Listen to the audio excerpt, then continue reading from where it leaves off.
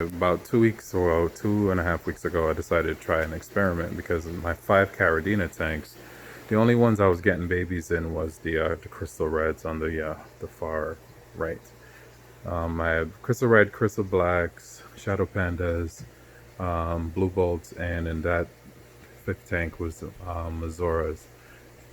I only got babies in the crystal reds, so I decided to just take all of the Caradinas, except the Mazoras. I only took one Mazora out, which was a female, and left the other. I had 7, so I let the other 6 in. There were 2 buried females, or 1 buried female at the time. I have 2 now, and put them all in that crystal red tank on the far right. I think that's one of the buried females up there. So I'm waiting to see what these yield.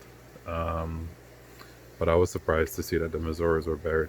Anyway, but I've been getting really good results ever since I've moved all the Caradinas in here. I have the one Mazora in there is buried.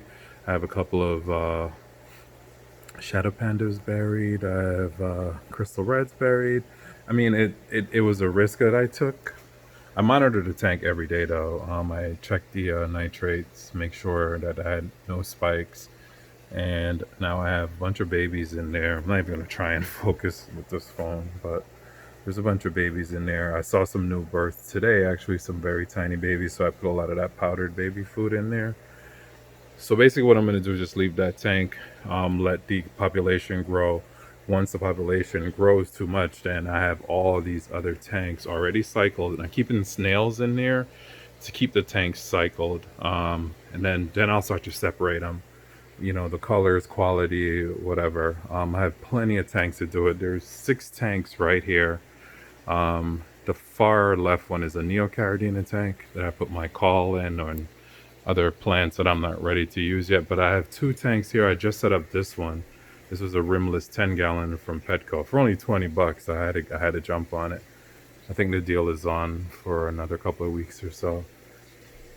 So I have 2 10s there. I have a 20 long there. I have a 40 breeder there. Well, this other 40 breeder is my cherries. They're giving babies too. Neocaradinas, I never had a problem breeding. They just breed.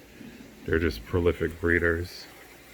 And that's an algae tank. I pulled that algae out of the my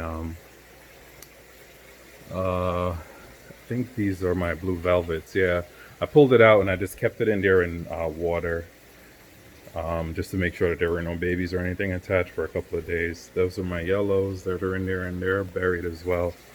And I also have another 20 long there. It's my beta. The only fish that I have, 2 betas, one there, one there. I don't do fish. That's some experimental hydrangeas I'm working on. And this is my my Val tank. It's only gonna have Val in there. It's gonna look amazing. With CO2 is helping it out. So the tank is looking good so far. And there's my little indoor rainfall pond, which I'll also use for call shrimp. Once I have too much, I'll throw some in there, and they'll do great in there. But so far I'm very happy with the little experiment that I put out there. I don't know why I waited this long. Should have done that months ago, but so far so good.